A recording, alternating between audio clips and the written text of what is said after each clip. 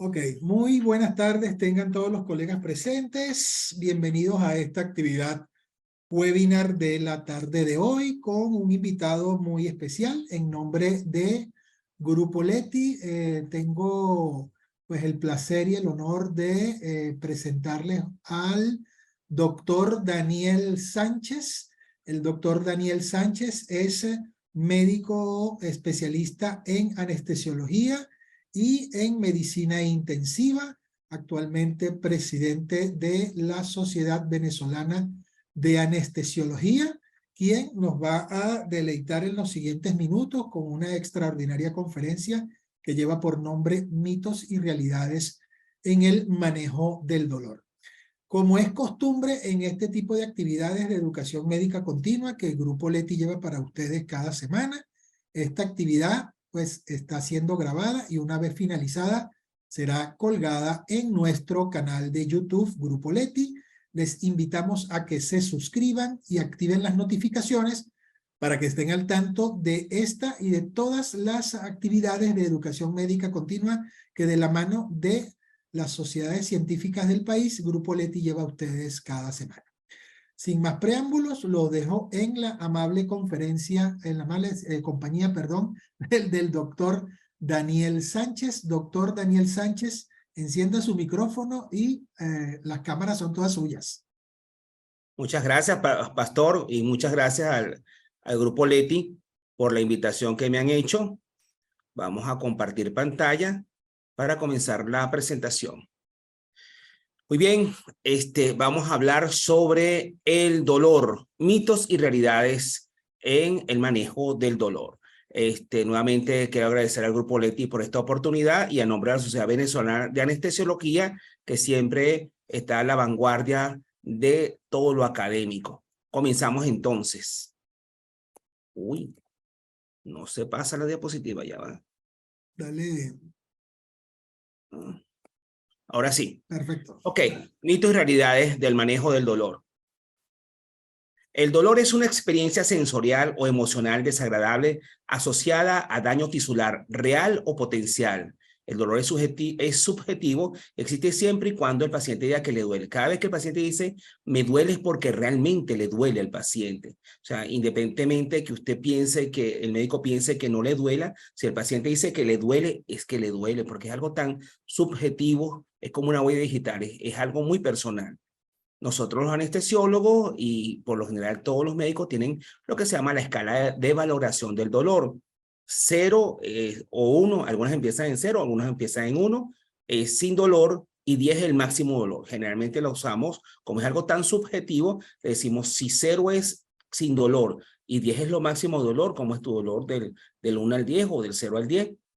Las personas pueden decir, tengo 8, le colocas algún analgésico y a la hora le pregunta, bueno, me bajó a 4. Entonces ya sabes que el analgésico está funcionando. Y generalmente tenemos lo que llamamos las escaleras de tratamiento de dolor, que es, comenzamos con algunos medicamentos y lo vamos aumentando dependiendo del tipo de dolor que tenga el paciente. Esto es básicamente lo que hacemos los que trabajamos con dolor.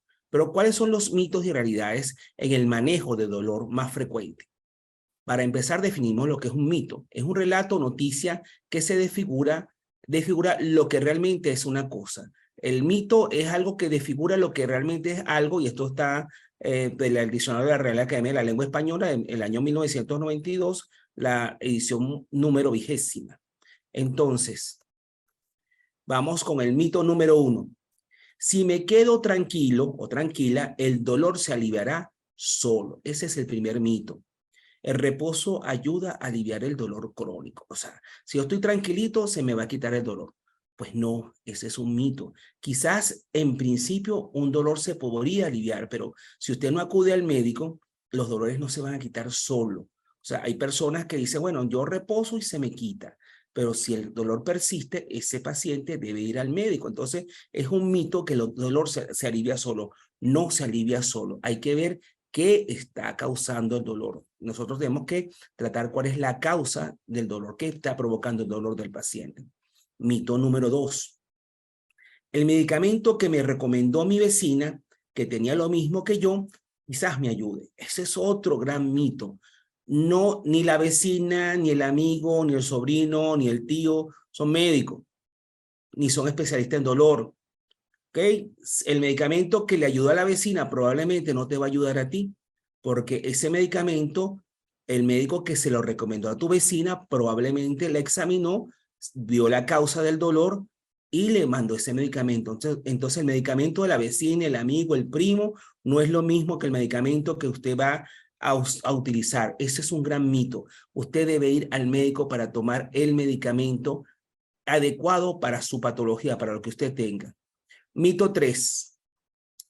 Si se prolonga en el tiempo, es dolor crónico. Esto es algo que me habla de lo que se llama la cronología del dolor, o sea, el dolor en el tiempo. Fíjense, si usted o un paciente padece un dolor, si no va al médico, el dolor se le va a prolongar y se le va a prolongar hasta que no tenga tratamiento.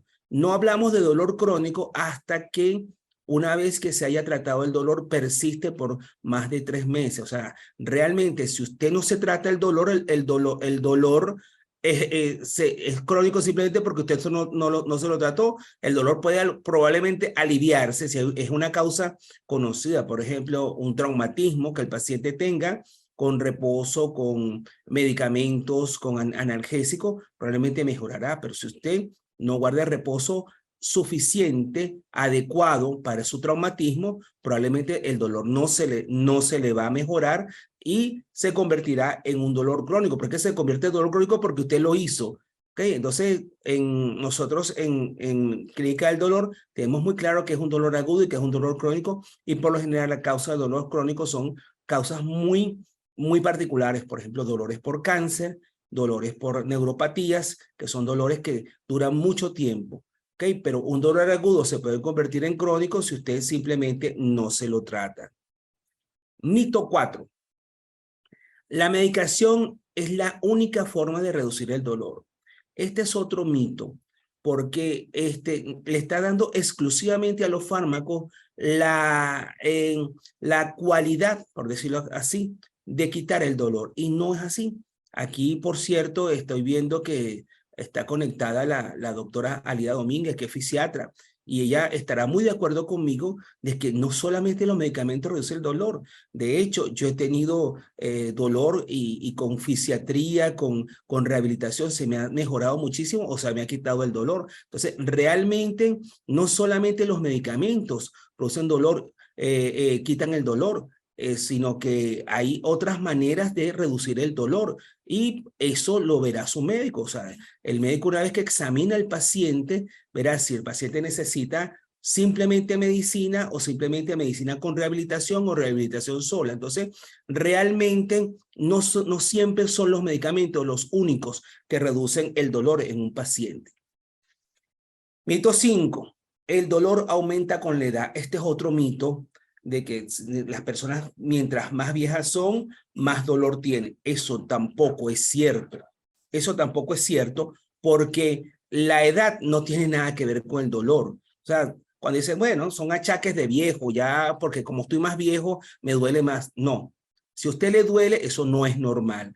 Hay que buscar la causa del dolor y tratar el dolor. No se puede estar viviendo con dolor. Entonces, el dolor no aumenta con la edad, ni tampoco las mujeres aguantan más dolores que los hombres, porque están hechas para aguantar dolor. Eso son mitologías y eso no es así. Mito 6. Se debe aprender a vivir con el dolor. Nuevamente, les digo, el dolor no es normal. El dolor es un signo, un síntoma, y cuando es crónico se convierte en una enfermedad. Entonces, nadie debe aprender a vivir con el dolor. Usted no debe aprender a vivir con el dolor. El dolor lo va a deprimir, lo va a minimizar, lo va a volver un inválido. El dolor es algo que no debe tener un ser humano. Hay que quitarle el dolor al ser humano. Entonces, ese es un mito. No aprenda a vivir con el dolor. No crea que es un castigo divino. No crea que, bueno, esto me lo merezco y por eso tengo que aguantar el dolor. No. El paciente no debe aprender a vivir con el dolor. El paciente hay que quitarle el dolor y decirle, no, el dolor no es normal. Yo tengo que quitarle el dolor para que usted viva sin dolor y mejore la calidad de vida. Mito 7. Todos los médicos saben aliviar el dolor. Bueno, esta mitología es algo interesante porque muchas veces acudimos a los médicos y de repente el médico no tiene la pericia, al médico que hemos acudido, de aliviar el dolor, pero probablemente sí conozca quién es. De repente usted acudió a un dermatólogo por poner alguna cosa, por un traumatismo, el dermatólogo lo refiere a un traumatólogo, que el traumatólogo es un médico que maneja dolor y maneja traumatismo. Pero no todos los médicos alivian el dolor, saben aliviar el dolor, porque no todos están entrenados para cierto tipo de dolor. Para dolores general quizás sí, pero hay ciertos tipos de dolores que son ya de manera crónica, en donde hay especialistas para el dolor, como cirujanos, como traumatólogos, anestesiólogos o médicos dedicados al dolor. Entonces, realmente no todos los médicos saben aliviar el dolor. Mito 8. Es necesario un entrenamiento especial y un sofisticado monitoreo para utilizar los analgésicos.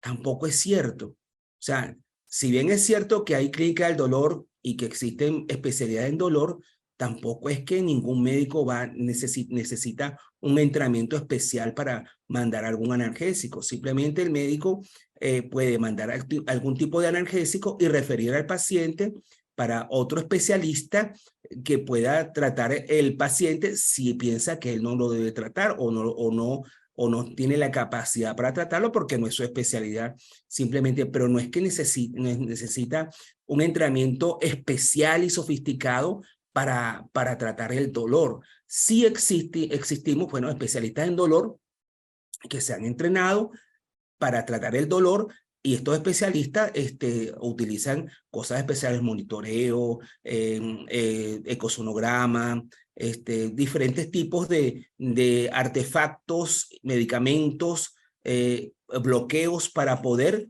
quitar el dolor, pero esto sí es ya para dolores más crónicos y dolores en los cuales los pacientes con simplemente los analgésicos no ceden.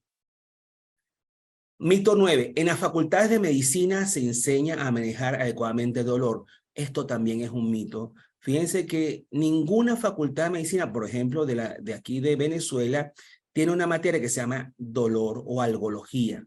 No la existe. Nosotros manejamos el dolor dependiendo de las patologías de los pacientes, pero y la manejamos a nivel del posgrado cuando hacemos la subespecialidad de dolor. Sin embargo, las facultades de medicina de las universidades venezolanas no tienen una materia para manejar el dolor de los pacientes. No existe formalmente una materia de dolor o algología. Y esto debería corregirse porque en otras facultades de medicina de otros países, sobre todo en España, hay algología como una materia. Entonces, realmente esto sería algo que queríamos luchar para enseñar a manejar el dolor a los estudiantes de medicina para que cuando se formen como mejores médicos en el asunto de manejar el dolor de los pacientes. Mito 10. El dolor es normal en el acto médico. Falso también. Para eso es precisamente existimos los anestesiólogos. No es normal que duela. ¿Ok? Nosotros accedamos a los pacientes o le bloqueamos a los pacientes. Si un traumatólogo, por cierto, he visto que el doctor Pedro Carballo, está en la sala, que es traumatólogo y amigo mío. Si el doctor Carballo va a reducir una fractura, probablemente solicitará ayuda a un anestesiólogo para que cede un poco el paciente y que tenga menos dolor, o lo reduce en quirófano o lo reduce en emergencia con sedación y le quitamos el dolor al paciente. Hay que quitarle el dolor al paciente, eso no es normal. Entonces, hagamos los procedimientos siempre colocándole anestesia local al paciente o sedando al paciente para hacer los procedimientos, pero ningún acto médico debe hacerse con dolor. Esto es muy importante. En Génesis, capítulo 3, versículo 16, dice lo siguiente. Dios dice a la mujer dijo, multiplicaré en gran manera tus dolores y tus preñeces. Con dolor parirás los hijos y a tu marido será tu deseo y él se enseñoreará de ti. Fíjense, esto se lo dijo Dios a la mujer. Mire, hasta entrado el siglo XX, a muchas mujeres no le permitían darle anestesia para los partos, porque era un mandato divino. Según la Biblia, la mujer tenía que parir con dolor Y esto fue una lucha durante mucho tiempo, porque las mujeres, según la Biblia, debían parir con dolor, y entonces no le permitían colocarle anestesia. Incluso ellas mismas, las más religiosas, decían, no me pongan nada para quitarme el dolor, porque yo debo parir con dolor, porque es una orden de Dios. Entonces, realmente, yo lo veo más como una interpretación poética de Dios, y gracias a Dios precisamente tenemos la perianalgesia obstétrica. Le colocamos una peridural a la paciente, le disminuimos los dolores y pare sin dolor. Y se le hace la revisión sin dolor. Y se hace la cesárea sin dolor.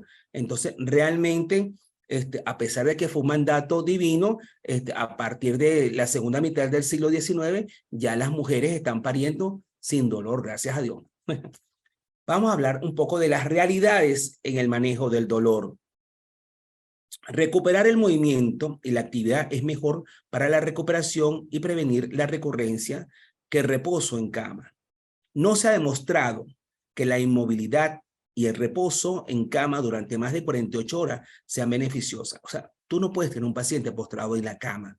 ¿Okay? Si el paciente, si bien es cierto, debe reposar, también tiene que comenzar a ejercitarse y a movilizarse. Imagínense ustedes si los cirujanos, después que operan a un paciente, le diga al paciente, bueno, quédese de reposo todo el tiempo que usted quiera mientras se le quite el dolor. No, más bien los cirujanos mandan a los pacientes a caminar rápidamente.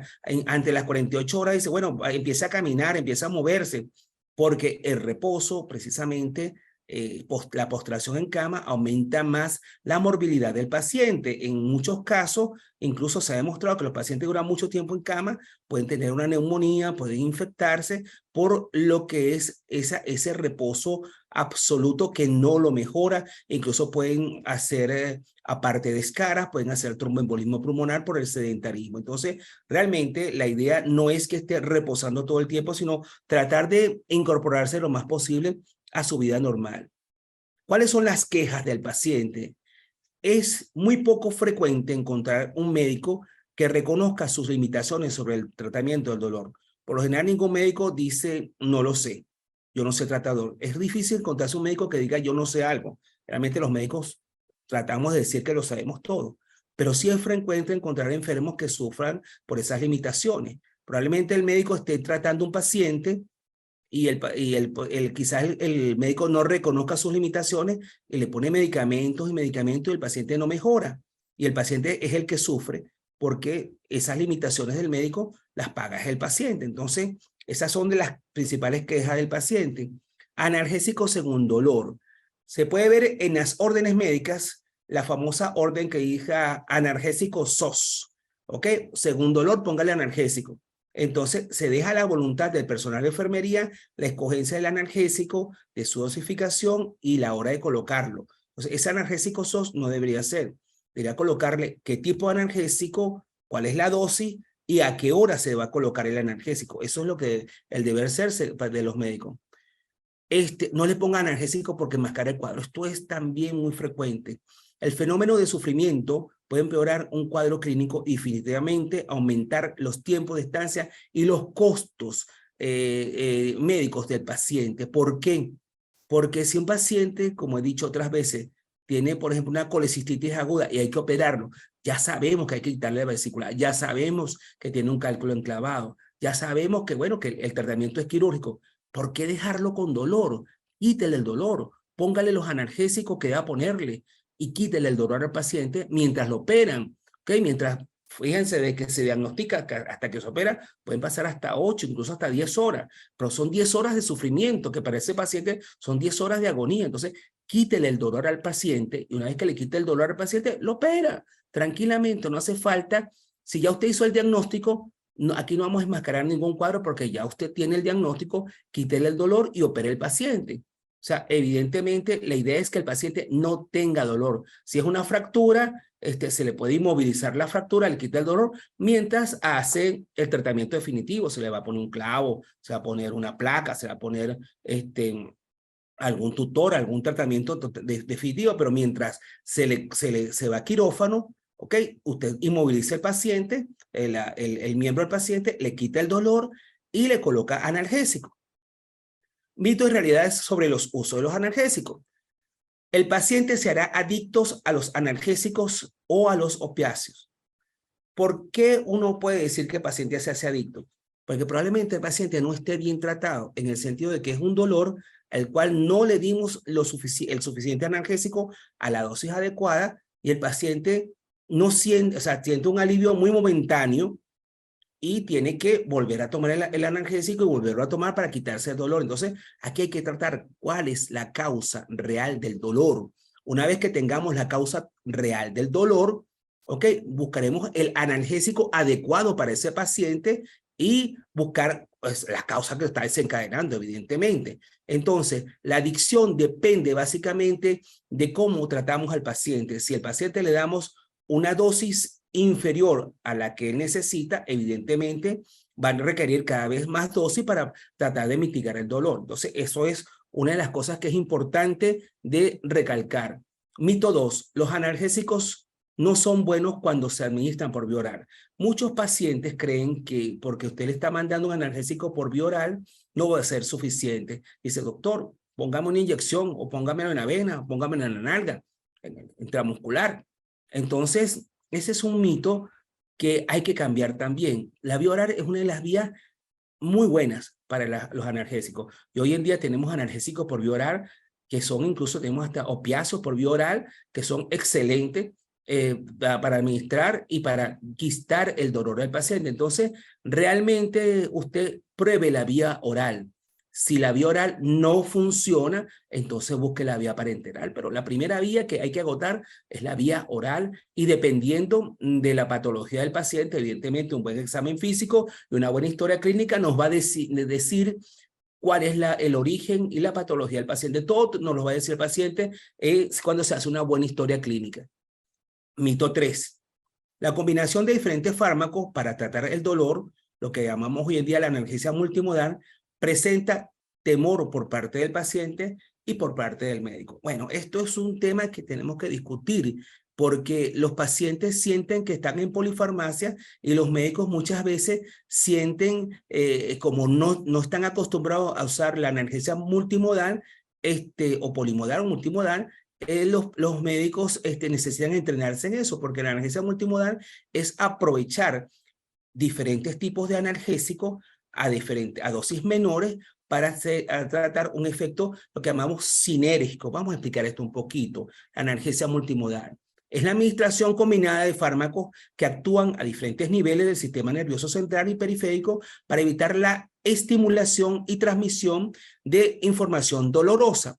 El objetivo es conseguir un efecto sinérgico, o sea, que usted combina diferentes tipos de analgésicos de diferentes vías para esos receptores multimodales que tenemos, y vamos a hacer un efecto de sinergia, ¿ok? En donde hay una simbiosis de estos analgésicos para mejorar el paciente. Entonces, mejora la biodisponibilidad, disminuye la utilización de anestésicos durante la intervención quirúrgica, minimiza la frecuencia e intensidad de los efectos adversos y utiliza diferentes métodos por vía de administración. Entonces, esa analgesia multimodal es utilizar diferentes tipos de analgésicos y coadyuvantes que hace que disminuya el dolor a dosis menores y que sinergian la potencia. Sinergia en este caso sería potencian el poder analgésico.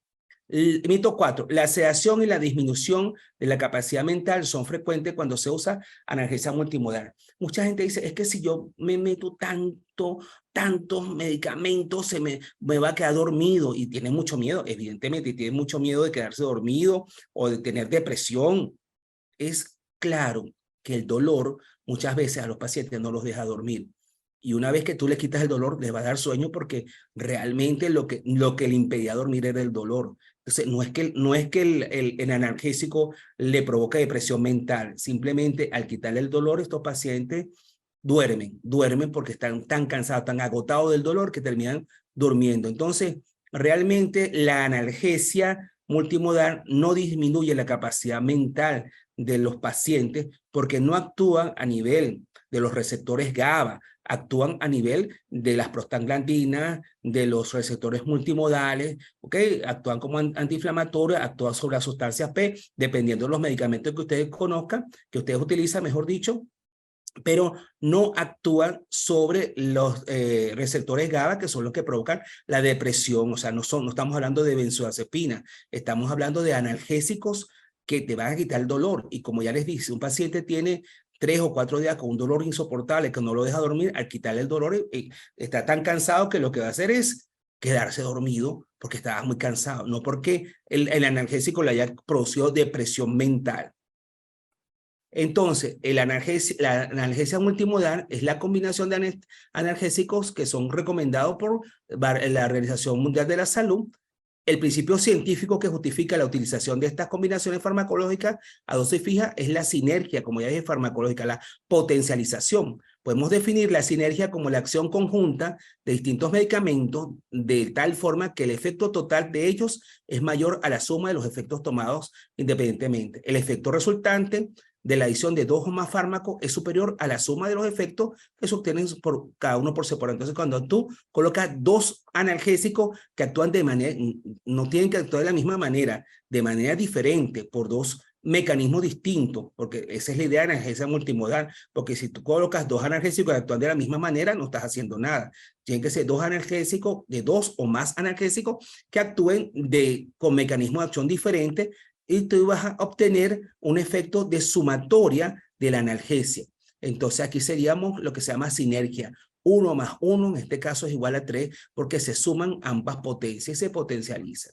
Mito 5. Los efectos secundarios de los AINES son peores que el dolor. Bueno, esto también dice, los AINES me provocan malestar general, me provocan urticaria, me provocan fiebre, me provocan gastritis. O sea, realmente esto en algunos AINES, porque hay múltiples AINES, algunos AINES provocan esto. Sin embargo, cuando hablamos de anestesia multimodal, decimos que los fármacos en monoterapia no siempre proporcionan un alivio satisfactorio del dolor. Por ello, combinar fármacos que actúan sobre sectores distintos y a través de diferentes mecanismos de transmisión del dolor puede mejorar o aliviar el dolor.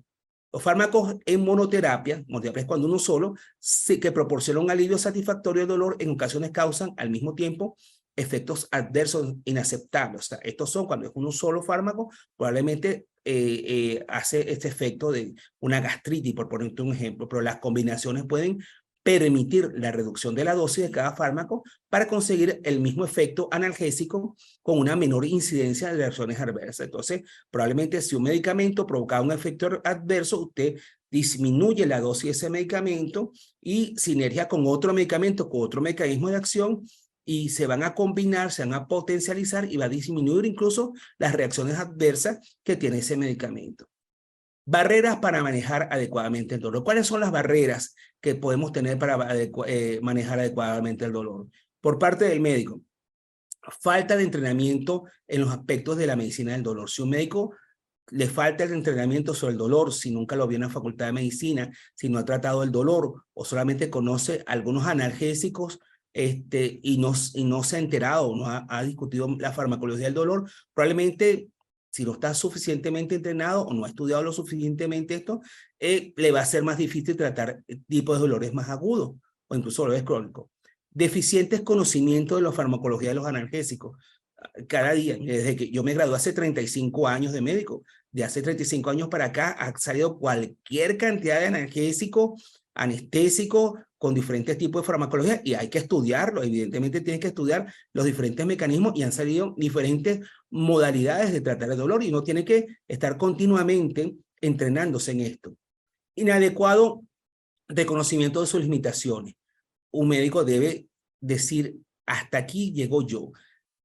Ya de aquí yo no puedo, vamos a pasárselo a un especialista en dolor, vamos a pasárselo a un fisiatra, porque yo ya le di suficiente analgésico, pero yo creo que un fisiatra va a ser mejor, por ponerle un ejemplo. Entonces, uno tiene que saber sus limitaciones. Temor al uso de combinaciones analgésicas, incluyendo opioides. Hay médicos que le tienen miedo a los opioides, o sea que no quieren usar los opioides simplemente, no es que le tengan miedo, sino simplemente por precaución o sienten que como no lo van a monitorizar, prefieren no usarlo y eso es muy respetable. Entonces, este temor al uso de combinaciones de analgésicos es muy respetable si el médico no está entrenado ni preparado para ello. Y entonces, por eso que no lo use, bueno, está bien, es parte de la barrera, pero puede referirlo a algún otro especialista que pueda utilizar estos medicamentos. Por parte del médico referente al paciente, a los pacientes que responden al placebo, muchos médicos los consideran simuladores, porque responden a un placebo. Los pacientes que llevan registro escrito de su condición dolorosa se les suele tachar de obsesivo. Hay pacientes que nos llegan con una lista larguísima, miren, la mañana me dolió así, y tienen un registro total de todo lo que están haciendo, de todo cuando le duele, cómo no le duele, cuando me caigo, cuando me agacho, cuando me duermo. Entonces, muchos médicos, oye, este paciente lo que es un obsesivo. ¿Ok? Eso no debe ser tampoco. Si no se encuentra una causa, suele tildar de mentiroso. Eso tampoco debe ser. O sea, si no hay la causa es porque no la hemos encontrado bien. Si el paciente dice que le duele, es porque le duele, como dije al principio del concepto del dolor. Entonces, si usted no encuentra la causa, es que no le hemos sabido buscar bien, entonces habrá que referirlo a algún tipo de especialista que busque la causa de este dolor, porque probablemente nosotros no hemos encontrado la causa, no significa que al paciente no le duela. Incluso el dolor psicosomático es un dolor que duele muchísimo, y la causa es psiquiátrica, es psicosomática, entonces habrá que referirlo a un psiquiatra también. Entonces no significa que no le duela. Y lo otro es descalificar el dolor del paciente. Ningún médico debe descalificar el dolor de un paciente. Si el paciente dice que le duele, hay que respetar el dolor del paciente. Por parte del paciente, ¿cuál es la barrera para el uso de medicamentos?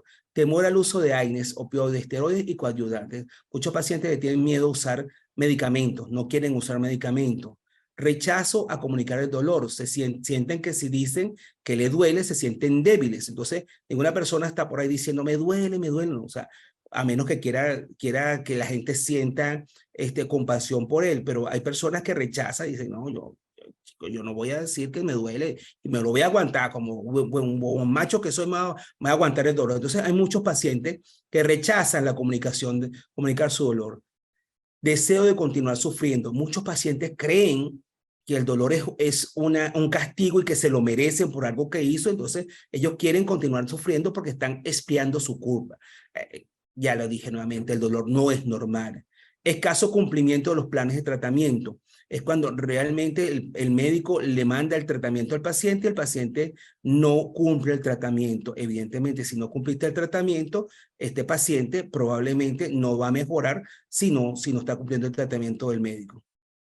Lo más importante que tenemos que acotar después de todas estas observaciones es la importancia de la relación médico-paciente. El paciente debe confiar en su médico y el médico debe darle ese rapport al paciente. El médico debe entender al paciente y hacer que él confíe en su médico. Realmente esto es la clave, hacerle una buena historia clínica al paciente, hacer un buen examen físico y buscar las causas del dolor y saber sus limitaciones, saber que si yo no puedo, buscaré otro especialista, o si yo no soy especialista en fisiatría o en traumatología, lo refiero al doctor Carballo o a la doctora Alida Domínguez, y para que ellos sean los que lo traten. Pero realmente la idea aquí es que el paciente se sienta bien con su médico en este tipo de relación médico-paciente y que el paciente acuda al médico, porque el médico es la persona ideal y adecuada para tratar el dolor. A lo mejor él no sabe, pero sabe quién sabe, que eso es lo importante. A lo mejor yo no sé tratar ese dolor, pero si yo sí sé quién no sabe tratar. Entonces eso es algo muy importante para esto, la relación médico-paciente. Esto que está acá es el castillo de San Ignacio. Esta es la península de Araya, el castillo de los españoles, el castillo de San Ignacio. Espero haber traído un poquito de luces sobre este tema del dolor y los mitos y realidades. Y quiero agradecer a Laboratorios Leti, en nombre de la Sociedad Venezolana de Anestesiología, al doctor Pastor Galicia, que ha sido mi anfitrión aquí hoy en día, por dejarnos hablar un poquito sobre los mitos y realidades del manejo del dolor. Muchísimas gracias y estoy a la orden para las preguntas que quieren hacerme. Muchísimas gracias.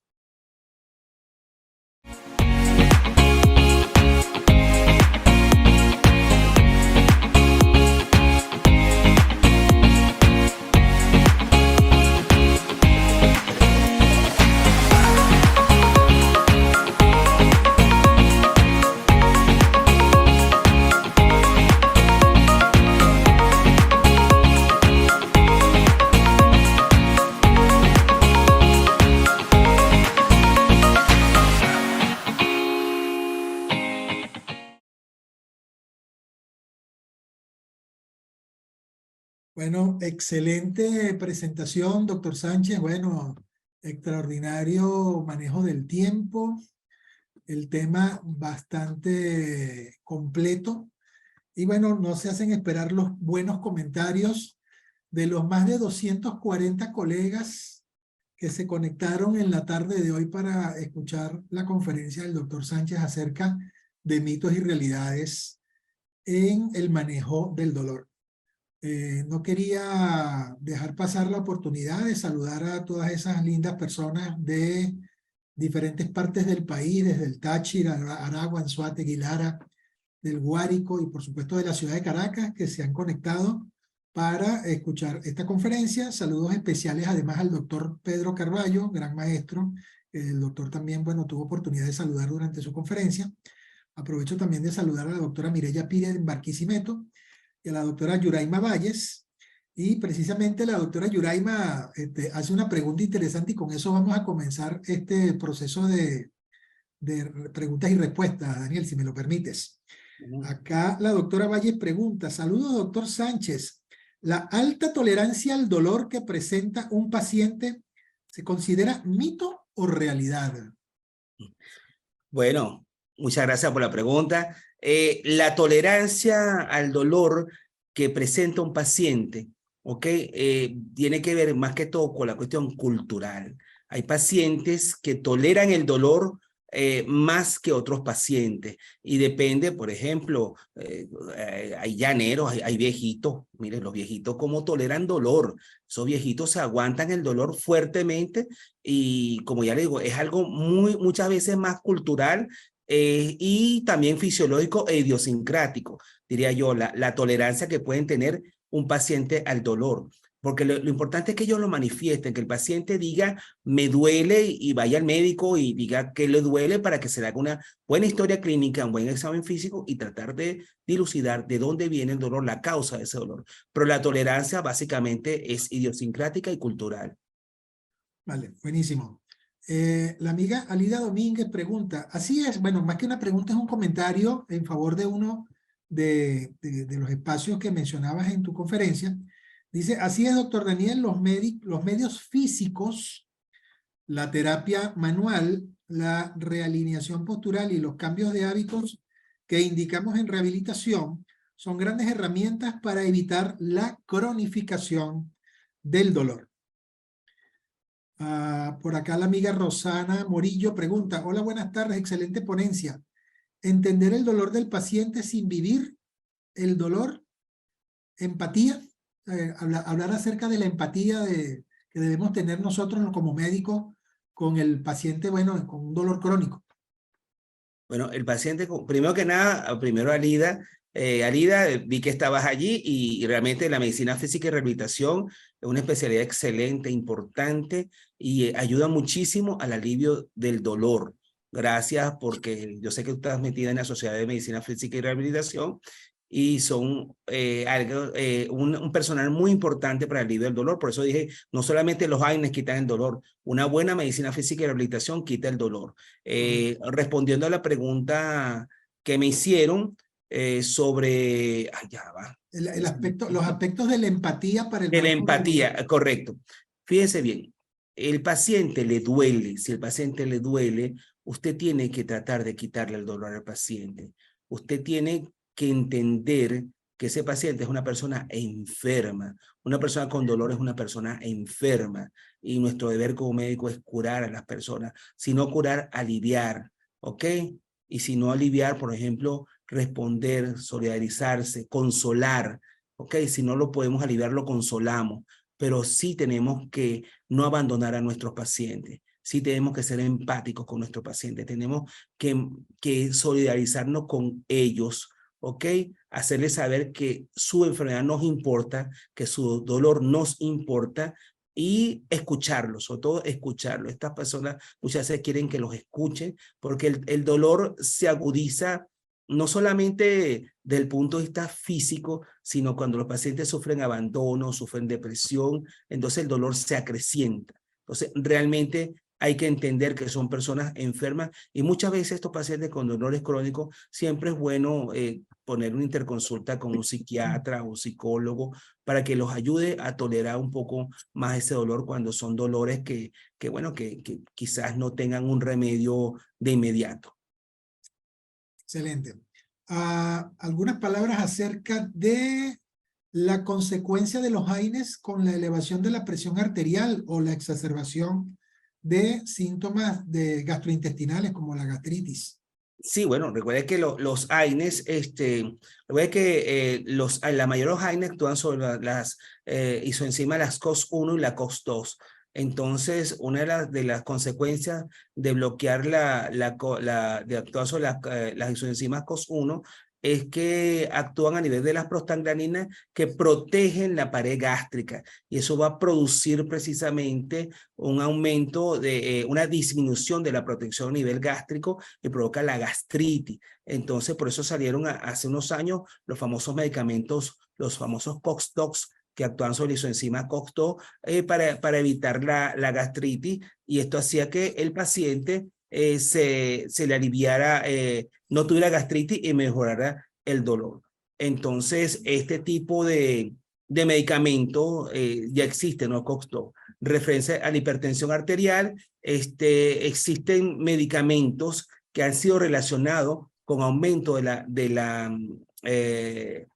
nivel de los alfa 2. Hay una vasoconstricción de los alfa 2. Recuerden que a nivel de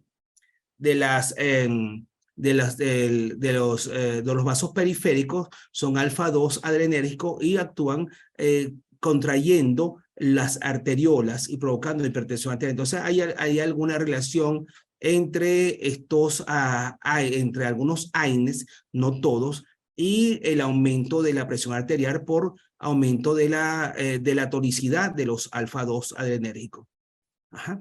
Entonces, claro, ahí se manejaría, porque hay una pregunta que el amigo Nelson Chacón nos realiza acerca de que si existe algún mito o realidad del dolor sobre el área cardiovascular. Bueno, precisamente tú estás mencionando la relación que tiene el manejo del dolor con precisamente la esfera cardiovascular expresada pues en el incremento de la presión arterial. ¿Okay? La amiga Carolina pregunta, en pacientes con edad avanzada, alto riesgo de hemorragia digestiva superior y dolor crónico, entonces, ¿cómo lo manejaríamos? Bueno, primero que nada hay que saber qué tipo de dolor es, cuál es la patología que tiene el paciente. Por ejemplo, si es un paciente que puede hacerse un bloqueo, ¿ok? Lo manejamos con algún bloqueo o con STEMS, o con si es una patología que pueda ser, un paciente que puede ser operado, ¿ok? Se reduce la fractura o un problema de cadera, un problema de columna, se hace fisiatría. O sea, hay muchas maneras de manejar al paciente, no solamente con analgésicos. Y si va a colocar analgésico, utilice analgésicos de menores dosis y analgésicos que no actúen aumentando disminuyendo la agregación plaquetaria. Entonces, no usar aspirinas y no usar aquellos medicamentos que al disminuir la agregación plaquetaria pueda provocar hemorragia. Entonces, hay toda una serie, o sea, el dolor no es simplemente un AINE, hay una serie de factores y, por supuesto, repito, la historia clínica, el examen del paciente, ver al paciente integralmente, ¿ok? Nos va a decidir cómo nosotros vamos a tratar a ese paciente. Correcto. Dolor en relación al herpes zóster, ¿cómo lo manejas?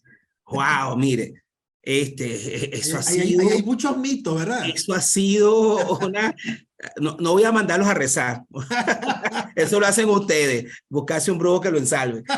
Realmente, escuche bien, esto provoca mucho dolor, el herpes zóster, porque esto hace que actúa a nivel precisamente de los receptores que están a nivel de la piel, provocando una irritación severa de estos receptores. Es un virus severo en este caso, y el paciente le provoca muchísimo dolor. Mire, ahí están los corpúsculos de Meissner, de Pacini, de Ruffini. Todos estos corpúsculos que están en la piel se inflaman de una manera tal que provocan una reacción química incluso a nivel de los mecanorreceptores también, que provocan mucho dolor. Entonces, muchas veces lo que hacemos es hacer bloqueos, ¿ok? Con anestésicos locales o mandar cremas con anestésico para disminuir la despolarización de esas terminaciones nerviosas y alivian bastante al paciente.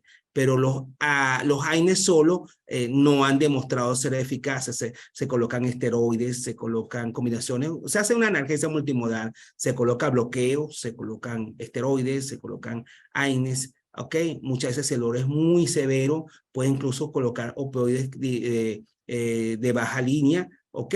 Y esto mejoraría al paciente, pero sí, el paciente sufre mucho con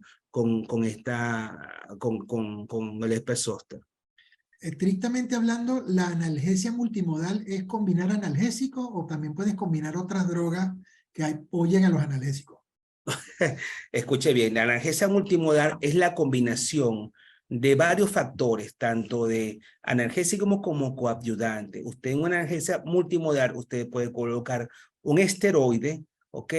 Un opiáceo, un AINE, ¿ok? Y un antiemético, ¿ok? Y usted le está provocando a ese paciente, está haciendo una analgesia multimodal. Está colocando diferentes analgésicos que actúan a nivel de diferentes zonas, ¿ok? El opioide le ayudará a nivel central, el AINE a nivel de la inflamación de las prostaglandinas, el esteroide es un antiinflamatorio esteroideo y un antiemético, póngale ¿cómo se llama? Pues incluso son un bloqueante de bomba de protones, pero póngale Esomeprazol. Sí, esomeprazol, pero algo para evitar los vómitos, un antiemético, Metoclopramida. ¿ok? Sí, puede ser metoclopramida o el otro que es a nivel central que actúa sobre Doxilamina. sobre la histamina, ¿sí? Entonces, este tipo de analgésico hace que precisamente el paciente, la combinación, ya estoy haciendo con eso una anestesia multimodal. Y de paso, si hago un bloqueo, aparte de eso, hago un bloqueo, ya estoy haciendo una analgesia multimodal porque estoy usando diferentes vías y con menores dosis para que el paciente, ondansetron, era el que me faltaba, ondansetron a nivel, porque te inhibe, muchas veces el dolor provoca náuseas en los pacientes. Entonces, usted utiliza estas diferentes combinaciones, disminuyendo la dosis, hace lo que dije yo en la conferencia, una sinergia y mejora notablemente la condición del paciente. Incluso si el paciente está muy angustiado, muchas veces se colocan dosis pequeñas de benzodiazepina para disminuir la ansiedad del paciente. Entonces, hay toda una serie de factores que usted hace. Eso no es una polifarmacia, ¿ok? Si usted está claro lo que va a hacer, ¿ok? Hacer las combinaciones, como dije, de 2 o más. Y a usted colocar 2 de diferentes tipos, usted ya está haciendo una analgesia multimodal. Puedo usar un AINE y un esteroide, y ya estoy haciendo una analgesia multimodal. O puedo hacer un AINE y un opioide, y ya estoy haciendo una analgesia multimodal. ¿Entiende? De 2 o más. ¿Ok? Precisamente, entonces la combinación armónica de diferentes drogas que vayan dirigidas al manejo de ese dolor Es correcto. bueno, que padece en este caso pues, el paciente. Y hablando de dolores complicados, ¿no? En ginecología, el dolor pélvico es una de las causas de consulta más comunes que existen. Y por acá la colega Frangelis Gutiérrez pregunta, recomendaciones, doctor, para tratar el dolor por endometriosis. Bueno, fíjate, la endometriosis es una patología que hay que ver si es una patología que viene congénita o es una patología posterior a una cesárea. Porque yo he tenido casos incluso de endometriosis. Yo tuve una paciente que el dolor a nivel intestinal era severo cada vez que tenía la menstruación. Y entonces, evidentemente, de alguna manera se sembró endometrio a nivel del intestino y al final la paciente, los dolores eran tan insoportables que tuvo que hacerse una resección del intestino por endometriosis en el intestino, algo sumamente extraño, pero que ocurre. O sea, la endometriosis es una inflamación igual que cuando tienes la menstruación. Entonces, se recomienda, y primero lo que voy a recomendar es que haya un ginecólogo. Le recomiendo al doctor Pastor Galicia. Gracias, gracias. ¿Okay? Le recomiendo que haya el ginecólogo para empezar, para que le haga la historia clínica, le haga el examen físico, le haga los exámenes pertinentes y le diagnostique la endometriosis. Y segundo, si puede ser tratada médicamente y tolerada por el paciente, puede vivir tranquilamente. Pero si es algo que va a empeorar con el tiempo, habría que hacerlo quirúrgico. Lo otro es esperar que disminuyan, o sea, hacer el tratamiento hasta que la paciente llegue a la menopausia y mejore toda la sintomatología. Eso sería lo otro. Sí, sí, Okay. precisamente con el tema de la endometriosis, bueno, me permite hacer un muy breve comentario donde es fundamental hacer un adecuado diagnóstico y estadiaje de ese diagnóstico para poder acometer el tratamiento que realmente corresponde. No siempre será de entrada pues solamente un analgésico. Acuérdate que también podemos manejarlo con análogos NRH, manejarlo desde el punto de vista hormonal antes de probablemente decidirnos o decantarnos por una cirugía, pues también pensando pues en la edad de la paciente y sus necesidades de fertilidad. Pues. Por supuesto, es un tema que por sí mismo es amplísimo y sería pues perfectamente parte de una conferencia como esta. El amigo José Ferrer me dice por acá que se conectó algo tarde, que cómo se hace para obtener la grabación y poder ver desde el principio. Bueno, al amigo José y a todos los que también como él se conectaron tarde, les recuerdo que esta actividad, fíjense, está siendo grabada y una vez finalizada será colgada en el canal de YouTube de Grupo Leti. Una vez más los invito a que se suscriban y activen las notificaciones para que cada vez que hay un video de una conferencia tan buena como esta, pues ustedes ya lo sepan en su móvil, en su teléfono celular y puedan disfrutar de ellas en desconectado, pues como digo yo. Por acá otro comentario interesante de la doctora Arelis Mora Aular, quien dice que sí, es importante saber las limitaciones que cada uno tiene y hacer un abordaje multidisciplinario del dolor en los pacientes. Yo como traumatólogo, eso lo menciona la doctora Mora Aular, trabaja de la mano con el fisiatra, tal como lo había dicho tú también, que el doctor Carballo es excelente para también el manejo pues, del dolor, pero con los colegas fisiatras como la doctora Domínguez, ¿cierto? Correcto. Por acá, buenas tardes, veo con mucha preocupación prescripción de AINES tras AINES, con AINES combinados con AINES, buscando potenciar el efecto analgésico. Comente algo de eso, por favor. Precisamente lo acabo de comentar. Yo no estoy diciendo que no debes combinar dos AINES. No sé si usted oyó mi conferencia, pero ahí fui muy claro. Cuando yo hablo de analgesia multimodal, es precisamente dos medicamentos que hagan acciones, mecanismos de acción diferentes. Correcto. Yo no puedo utilizar dos AINES que tienen el mismo mecanismo de acción porque es a potencializar el AINES y precisamente los efectos secundarios de los AINES. Entonces, cuando hablo de analgesia multimodal, yo digo un AINE con esteroide, un AINE con opioide, ¿ok? O combinado con un antiemético, combinado con bloqueo, o sea, dos o más medicamentos que se sinergien, pero en ningún momento he dicho, ¿ok? Y pueden revisar el video, que se deben usar dos AINES porque no tiene sentido utilizar dos AINES para un mismo paciente. Correcto, ¿okay? Así es. Bueno, por acá también te envían saludos desde el estado Sucre, desde el estado Bolívar. Muchas felicitaciones, incluso en Estados Unidos también te están viendo por acá. Aquí un comentario también, doctor Sánchez, primero felicitarlo. En Estados Unidos se está evitando el uso de opioides, dice acá, o para disminuir su uso. ¿Qué opinión le merece esta conducta de eliminar o evitar los opioides en analgesia? Escuche bien, los opioides son un arma importante para la analgesia, sobre todo en dolor agudo de los pacientes. Nosotros los anestesiólogos en quirófano usamos los opioides para disminuir las dosis de anestésicos inhalatorios y de hecho en quirófano usamos lo que se llama anestesia total endovenosa con opioides en especial que se llama el ramifentanil, ¿ok? Y nos ha dado muy buenos resultados. Desde el punto de vista de los pacientes, uno de los grandes temores es que sean adictos a los opioides, pero existen diferentes tipos de opioides y hay una escala. O sea, yo no es que le voy a mandar morfina a los pacientes. O sea, hay opioides menos... menos fuerte, por decirlo así, y que tengan menos posibilidad de adicción, ¿ok? Entonces, porque uno de los temores es que la gente se haga adicta a los opioides, y ese es el temor que en otros países, pues que la gente use los opioides. Entonces, yo lo que recomiendo es la utilización de unos analgésicos que vienen combinados con opioides. En la misma pastilla hay menos dosis de AINES y menos dosis de opioides, y eso provoca una sinergia de la analgesia del paciente, y eso no provoca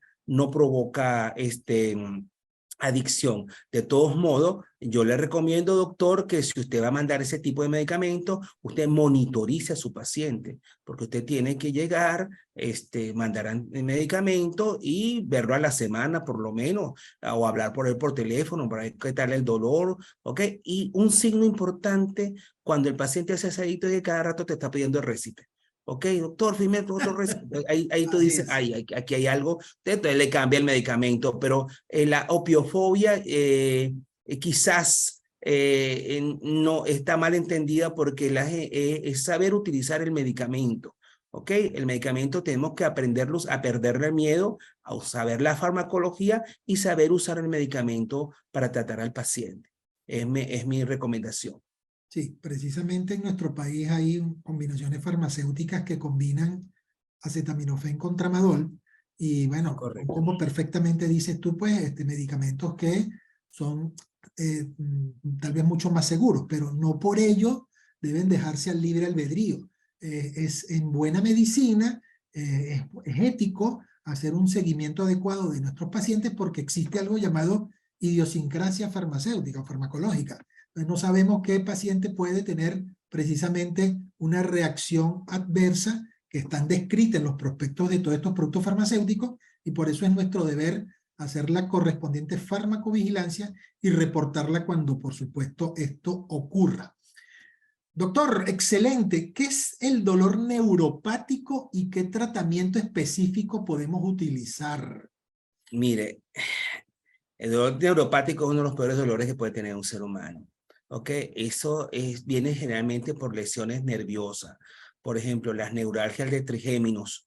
¿Okay? He tenido pacientes con severas neuralgias de trigémino que son idiopáticas, por decirlo de alguna manera, y que son severas, limitan los pacientes. Yo tuve una paciente que con todos los medicamentos que le mandamos, con bloqueos que hicimos, le hacíamos bloqueo cada cierto tiempo, la paciente el dolor era severo y no podía realmente tener una vida normal, no podía tener una vida normal, y al final a la paciente se le planificó para una abrasión del trigémino, y con eso ya lo hizo el neurocirujano, con una catéter especial se llegó hasta la raíz del trigémino y se hizo una abrasión.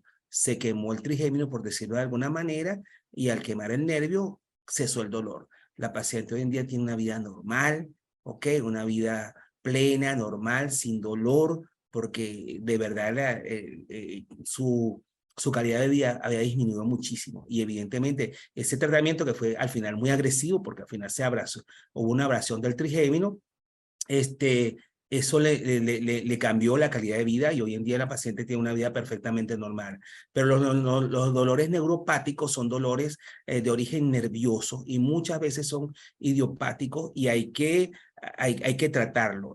Yo tuve una vez otro paciente que el paciente le amputaron la pierna, y cuando le amputaron la pierna no le fenolizaron. Fenolizar es que le agarran el nervio, en este caso el crurar y el ciático, y le colocan fenol para de alguna manera matar el nervio, para que el nervio no siga haciendo transmisión nerviosa. Y ese paciente tenía lo que se llama dolor del miembro fantasma. Él sentía que no tenía pie y sentía que le dolía el pie porque quedan las fibras nerviosas allí. Yo tuve que posteriormente, por medio de un ecosonograma, bloquear y fenolizar tanto el nervio crurar como el nervio ciático.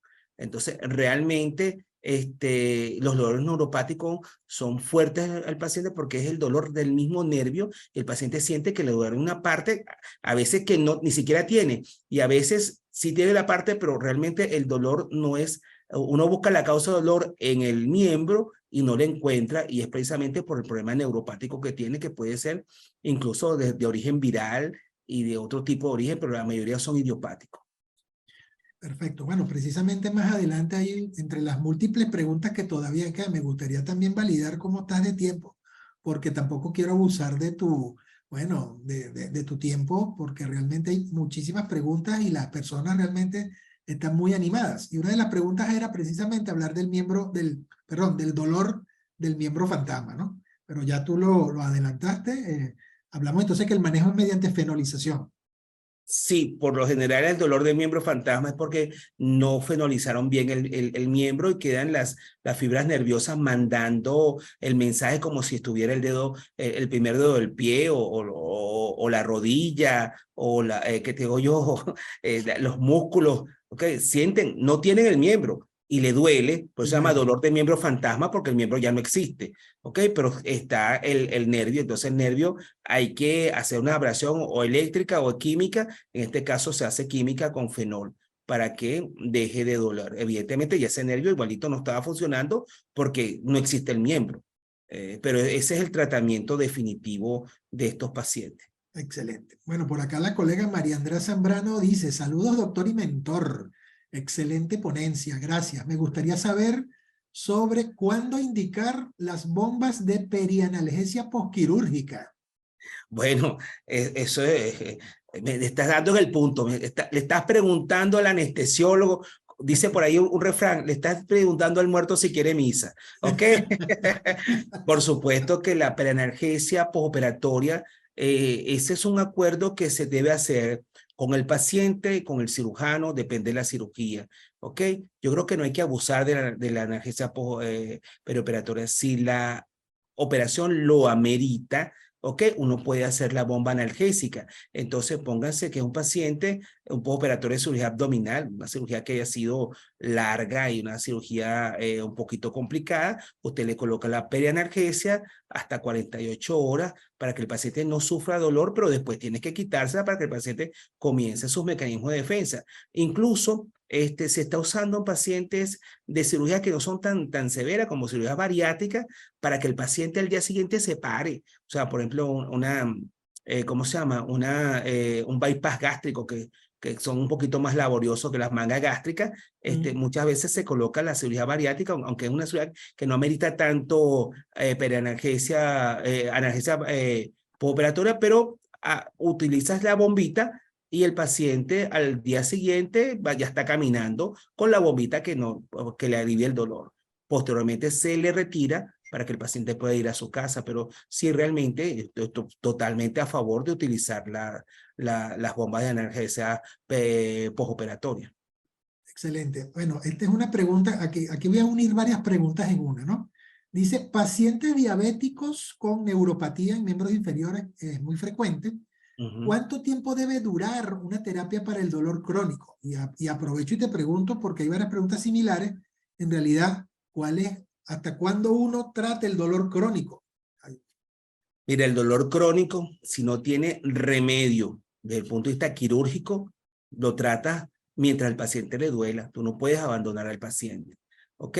Un paciente diabético, por ponerte un ejemplo, que tenga un dolor neuropático, se trata con bloqueo, se coloca analgésico. Si, por ejemplo, tiene lo que llamamos un pie diabético y el paciente, por el problema neuropático, comienza a disminuir la irrigación del pie y el paciente hay que amputarle el pie, se tratará el dolor hasta que se le ampute el pie. ¿Ok? Entonces, lo que quiero comentar es que nunca abandone a su paciente. O sea, el paciente usted puede hacer combinaciones de analgésicos, hacer bloqueo, cambiarle, rotarle los analgésicos, pero o sea, tratar al paciente mientras le duela lo trata.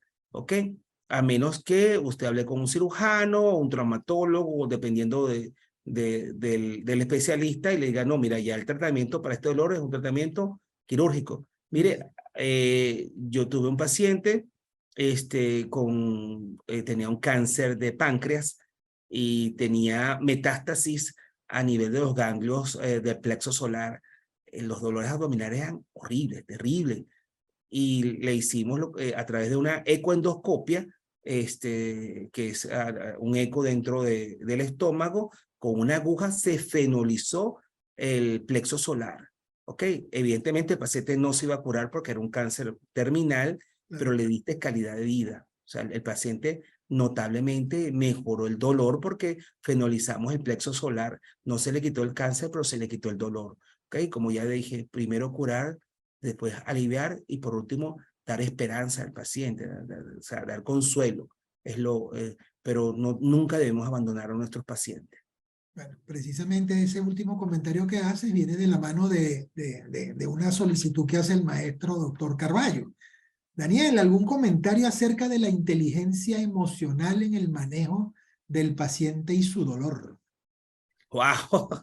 Oye, maestro Carballo, usted me tiene unas curvas como para batearla. En la zona de 90 millas. Sí, sí, definitivamente. Fíjese bien. Cuando hablemos ahí ya lo estoy viendo, maestro, un placer saludarte, ¿ok? Nos hemos visto en persona y nos hemos visto en quirófano también. Yo lo he visto operando porque yo le he dado anestesia a sus pacientes. Escucha bien, Pedro. La inteligencia emocional se debe usar también con estos pacientes. Hay que hacer una psicoterapia y hay que tratar de entrenarlos, ¿ok? Entrenarlo sobre su dolor. Muchas veces utilizamos lo que llamamos anclas. Esto es un poquito más complejo, ¿no? Porque eso incluso en dolor se está estudiando ya, palabras claves, hacerle algún tipo de ejercicios mentales para disminuir el dolor. Entonces, la psicoterapia es fundamental en este caso y utilizar la inteligencia emocional para disminuir el dolor es algo que te disminuye incluso el uso de analgésico, de AINE.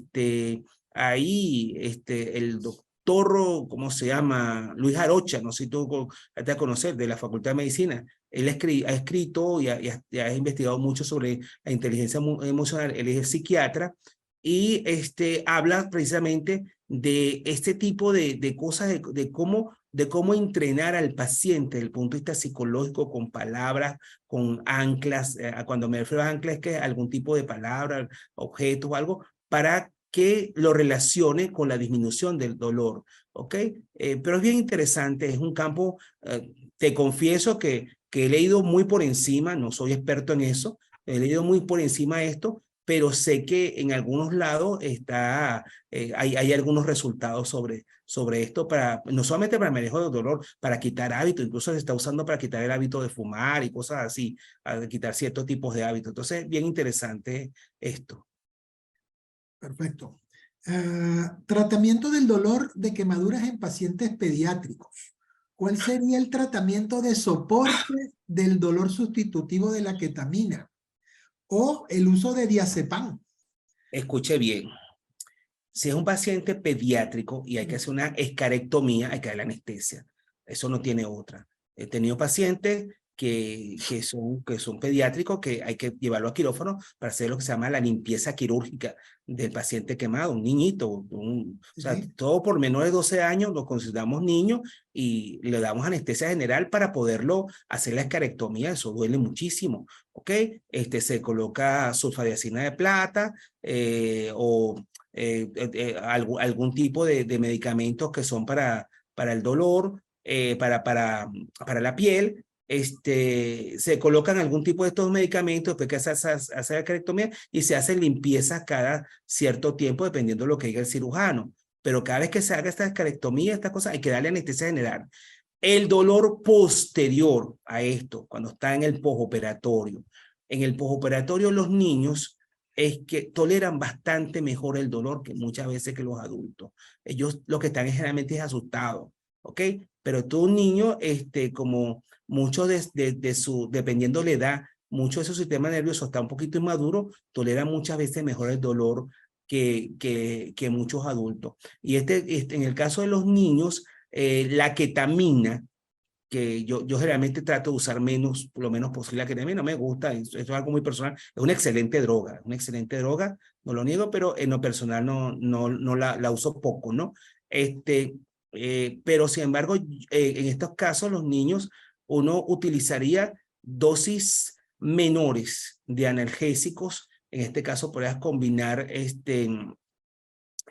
AINES, ¿ok? Inmovilización, incluso las mismas pomadas que tienen muchas veces tienen efectos analgésicos en la piel, porque recuerda que lo que molesta en la quemadura es que al quitar, sobre todo las quemaduras de segundo grado, porque las de tercer grado no duelen, la de segundo grado, al quitar la primera capa de la piel que llega a la quemadura de segundo grado, la frictena, quedan todos esos tejidos expuestos y ese es el dolor que tiene. Entonces muchas veces el hecho de tener la pomada y encima la gasa o el vendaje, eso alivia bastante el dolor.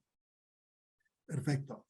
El doctor Manuel Valero Gómez te felicita por la ponencia y te pregunta si tienes experiencia con moduladores del termorreceptor TRPV1 en pacientes con neuropatía posherpética. Caramba, no tengo experiencia después de todo lo que me dijiste, no. Realmente no, honestamente. Ok. Recomendaciones en dolores crónicos oncológicos sin opioides. Fíjate bien, en dolores crónicos oncológicos sin opioides puedes tener los bloqueos perfectamente. He tenido pacientes sea de próstata, con metástasis a columna, donde hacemos una peridural, colocamos un catéter a nivel de peridural y colocamos sobre todo lidocaína, ¿ok? Sin opioides, ¿ok? Colocamos lidocaína y hacemos lo que llamamos una perianalgesia y el paciente mejora notablemente. O sea, dependiendo, estamos hablando de casos terminales, ¿no? Me imagino yo, con dolores oncológicos donde tú quieres quitarle el dolor al paciente. Ahora, yo les tengo que ser honesto, yo no soy pichirre con el dolor. Si el paciente está muy mal y se va a morir, ok, que muera sin dolor, ok, pónganle opioides. O sea, póngale opioides si eso le va a mejorar. Si con todo lo que usted le está poniendo no mejora, entonces póngale el opioide para que el paciente se le alivie el dolor y no muera con dolor. O sea, porque realmente los pacientes oncológicos son pacientes que, aparte de su patología, son pacientes que se deprimen mucho, están muy tristes porque, bueno, evidentemente están sufriendo. Entonces, siento que muchas veces la gente, por temor al opioide, deja sufrir a muchos de estos pacientes. Entonces yo creo que es importante pensar en el paciente, pensar en el dolor del paciente, porque el paciente sabe que está terminal, los pacientes no son tontos, saben que van a morir y el dolor, y morir con dolor debe ser algo muy triste realmente, no solamente para el paciente, sino para la familia. Entonces yo soy lo que recomiendo, sí, si no quiere poner opioides, no se lo ponga, pero en última instancia, si usted ya no tiene con qué tratar al paciente, póngale el opioide. Póngale el opioide para que el paciente no siga sufriendo. Esa es mi recomendación. Ok, ya estamos terminando, faltan muy poquitas preguntas. En esta oportunidad nosotros tuvimos también la ocasión de invitar a muchos amigos odontólogos, que bueno, por supuesto en su práctica diaria tienen que trabajar, bueno, y manejan también el dolor. Y la doctora Esther de Torrealba pregunta, ¿qué medicamento utilizarías para un paciente odontológico que es alérgico a los AINES?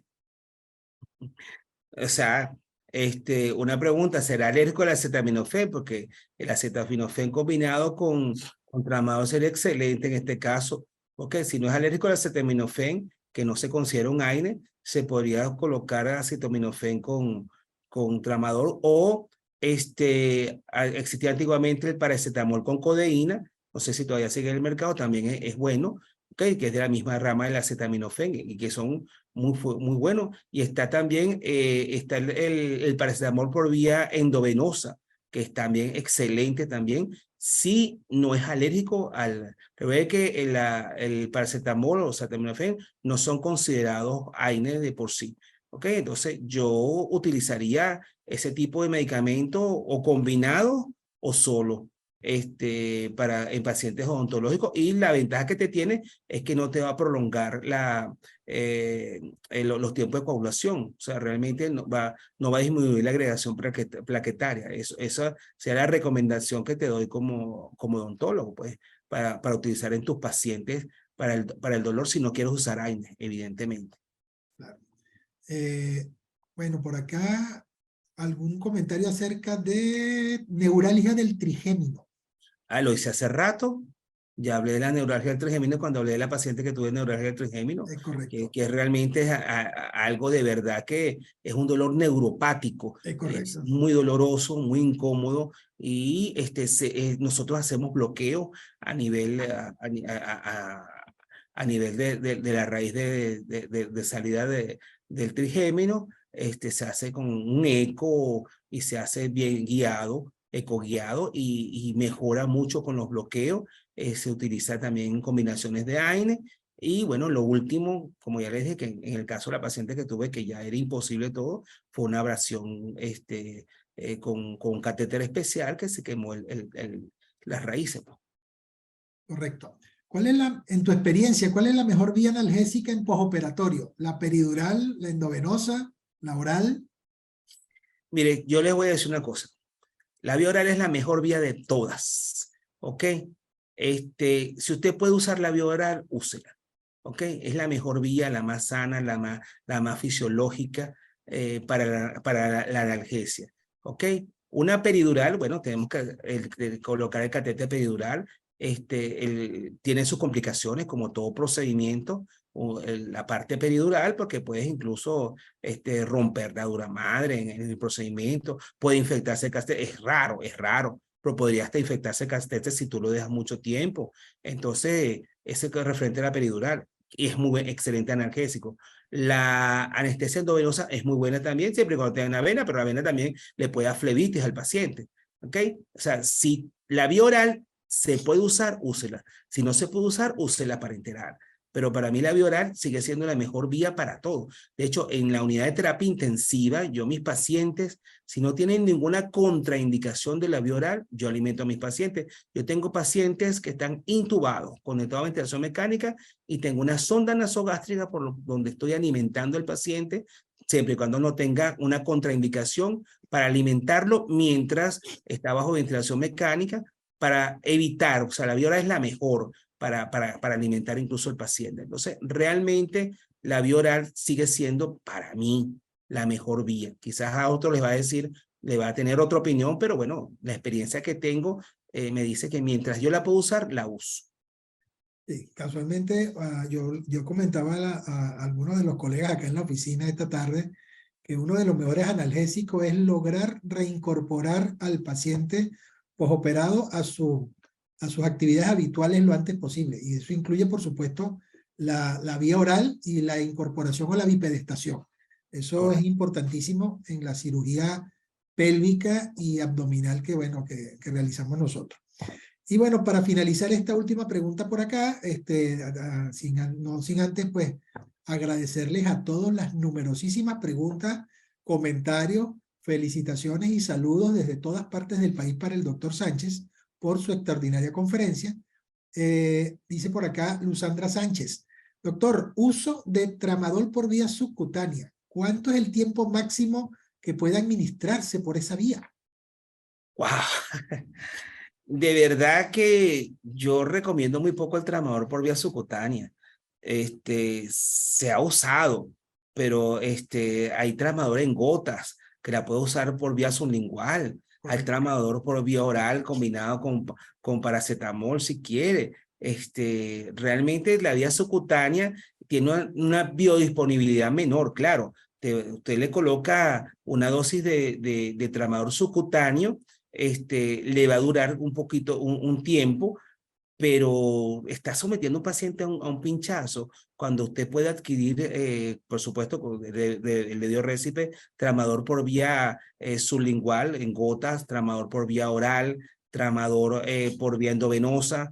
Entonces, de verdad, subcutáneo me parece que no, yo de verdad no lo uso, y de verdad, yo le recomendaría que no lo usa, que quizás leyera un poquito más la parte de cómo lo podemos usar por vía oral, por supuesto siempre monitorizando bien al paciente, en la parte por vía sublingual, que son son la vía, ¿no? Incluso la vía endovenosa, pero la vía endovenosa tiene que estar pendiente del paciente porque provoca mucho mareo, depresión si le aumenta mucho la dosis, pero por vía subcutánea generalmente se utiliza por el temor de la depresión respiratoria, aunque no da realmente tramador, da muy poca depresión respiratoria porque es un opiáceo que no tiene efectos tan fuertes como sería la morfina o como el fentanil o el ramifentanil, o sea, pero sin embargo es un opiáceo menor, por decirlo de alguna manera.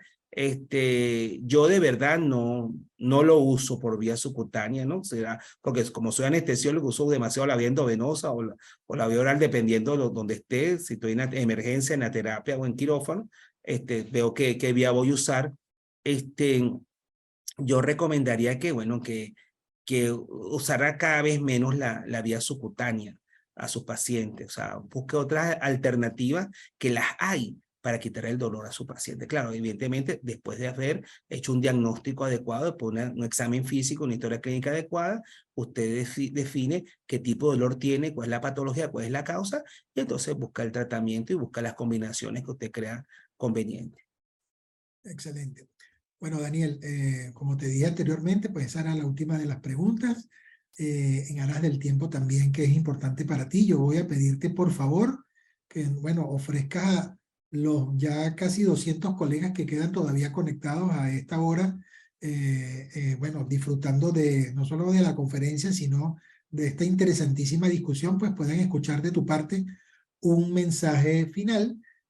No sin antes pues pedirte también que incluyas en ese mensaje final alguna información en relación a cómo hacemos los médicos especialistas que no somos expertos en dolor, pero para podernos, digamos, involucrar más en el adecuado manejo del dolor de nuestros pacientes. Bueno, varias cosas. La primera y más importante es lo que quiero decir, lo más importante para nosotros son los pacientes. No nos olvidemos de nuestros pacientes. Yo creo que la relación médico-paciente es fundamental. Yo creo que vemos a nuestros pacientes, los escuchamos, los sentimos, los oímos, le hacemos la historia clínica, le hacemos el examen físico, los examinamos bien, buscamos el dolor, que el paciente sienta que que él es importante para usted. Entonces yo creo que eso quizás es el mensaje más importante que quiero que se lleven hoy acá, es que nuestros pacientes son muy importantes. El paciente es la persona que sufre. El paciente va al médico porque sufre, porque tiene un dolor. ¿Ok? Entonces tenemos y para él su dolor es importante. No menosprecie ni descalifique el dolor de un paciente. Entonces ese es quizás el mensaje más importante que tengo, por un lado. Por otro lado, quería decirle que existen cursos de dolor, existen incluso revistas que tratan sobre dolor, sobre pain, hay una en inglés, hay una que se llama Dolor, hay una revista chilena del dolor también, que es muy buena. La Sociedad Venezolana de Anestesiología tiene un capítulo de dolor que lo dirige la doctora María Eugenia Seijas, que es especialista en dolor. Bueno, creo que próximamente estaremos inaugurando algún tipo de jornadas de dolor y los estaremos invitando. Tenemos en octubre nuestro Congreso Venezolano de Anestesiología y allí hay un módulo de dolor también. De todos modos, estoy a la orden para cualquier conferencia o cualquier discusión a la cual me quieran invitar o poder discutir sobre dolor. No tengo ningún problema y no solamente yo, sino toda la Sociedad Venezolana de Anestesiología. Tenemos muy buenos profesionales, el doctor Marcos Bolívar, el doctor Martín Toro, el doctor Douglas Baez, la doctora María Eugenia Seija, la doctora Gladys Apontes en Maturín. O sea, tenemos gente muy buena en toda Venezuela que está dedicada al dolor. Entonces, realmente no se sientan huérfanos de alguna manera. Ustedes pueden perfectamente comunicarse conmigo en la ciudad que me dicen qué ciudad están y yo les digo, mire, cuál es el especialista de dolor que se encuentra o que está en su ciudad que puede ayudarlos en la cuestión del dolor. Pero de verdad, quiero que sepan que el dolor es algo muy serio y tenemos que saberlo y aprender a tratarlo. Ok, muchísimas gracias en nombre de la Sociedad Venezolana de Anestesia, a la cual me honro en dirigir en este momento como presidente de la sociedad, y muchas gracias por su atención. Bueno, verdaderamente honrado de que hayas aceptado nuestra invitación para poderle llevar esta interesante palabra experta a nuestros colegas en Venezuela y como pudimos ver, pues en algunas partes del mundo también. Muchísimas gracias una vez más a todas esas personas, 246 personas colegas todos que se pudieron conectar y que desde las 6 de la tarde están aquí al pie del cañón viendo pues toda tu disertación y toda esta nutrida discusión que bueno, que por supuesto deja muchas inquietudes también y muchas preguntas e interrogantes, que por eso fue que te hice el comentario. De verdad que uno queda con ganas de más. Esperamos volver a tenerte pronto por aquí, recordándote que esta también es tu casa y puedes Muchas venir gracias. cuando quieras pues a apoyarnos en nuestras actividades de carácter académico y de educación médica continua. Bueno, estimados amigos, estimados colegas, todos, bueno, esto fue todo por esta vez, recordándoles que esta actividad queda grabada y una vez editada, pues adecuadamente, pues quedará colgada en el canal de YouTube de Grupo Leti. Será hasta nuestra próxima actividad. Estén pendientes de sus correos electrónicos, de nuestras redes sociales para que reciban la información y la próxima invitación a nuestras actividades académicas. Que tengan todos muy buenas noches y bueno, una vez más, Daniel, muchísimas gracias, vale. Gracias a ti, pastor, por Éxito. la invitación. Gracias. Gracias.